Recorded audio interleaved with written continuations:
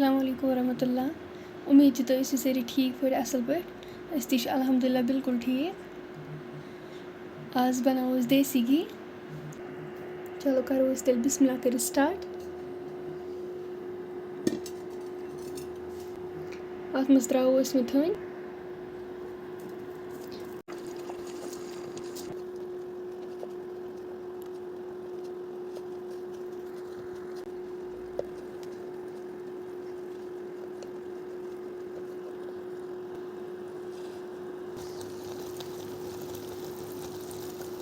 फिलहाल दिमोस कंटिन्यूसली इथे पे खलन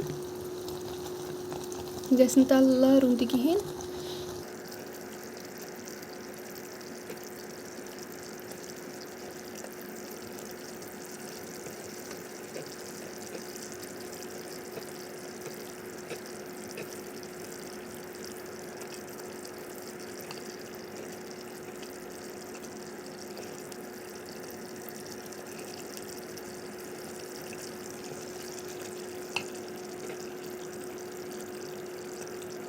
गस तल लागुन त कहें अत खलन दिन सत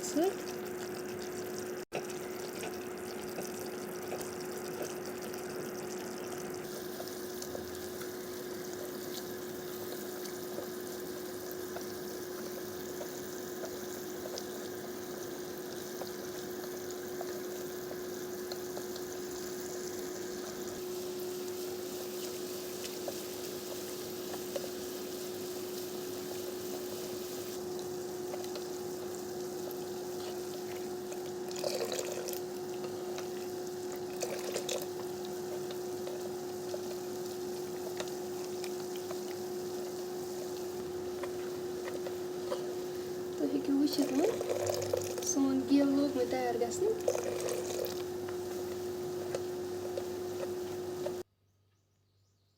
सोन गेव गो वो बिल्कुल तैयार। तुम हेकू वुचित फिरवन वन ये डबस मज ये ऑलरेडी थोड़ा गेव मज अथ फिरवन बिस्मिल्लाह।